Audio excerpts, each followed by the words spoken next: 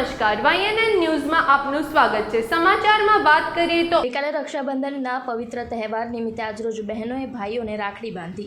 રક્ષાબંધનના પવિત્ર તહેવાર નિમિત્તે બહેનોએ ભાઈઓને રાખડી બાંધી ત્યારે છેલ્લા 13 વર્ષથી સુરતથી વડોદરા વાસણા ભાયલી રોડ ખાતે આવેલી ખ્યાતિબેન બ્રહ્મભટ્ટ પોતાના ભાઈને રાખડી બાંધીને આરતી ઉતારીને મોઢું મીઠું કર્યું હતું અને આશીર્વાદ આપ્યા હતા। સાથે નાના બાળકોએ પણ પોતાના ભાઈને રાખડી બાંધી હતી। શું મહત્વ છે રાખડીનું તે ખ્યાતિબેન બ્રહ્મભટ્ટે જણાવ્યું હતું।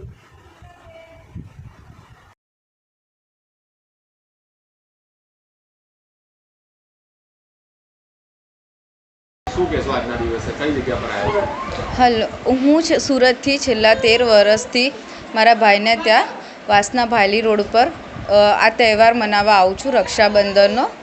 અને અમે સપરિવાર સાથે આવીએ છીએ અને આજનો શુભ મારા ભાઈનું પ્રેમ જળવાઈ રહે તે માટે હું ભગવાનને પ્રાર્થના કરીશ કે એનું સ્વાસ્થ્ય સારી રીતે જળવાઈ રહે, ભાઈ ભાભી અને એમના ડોટરનું।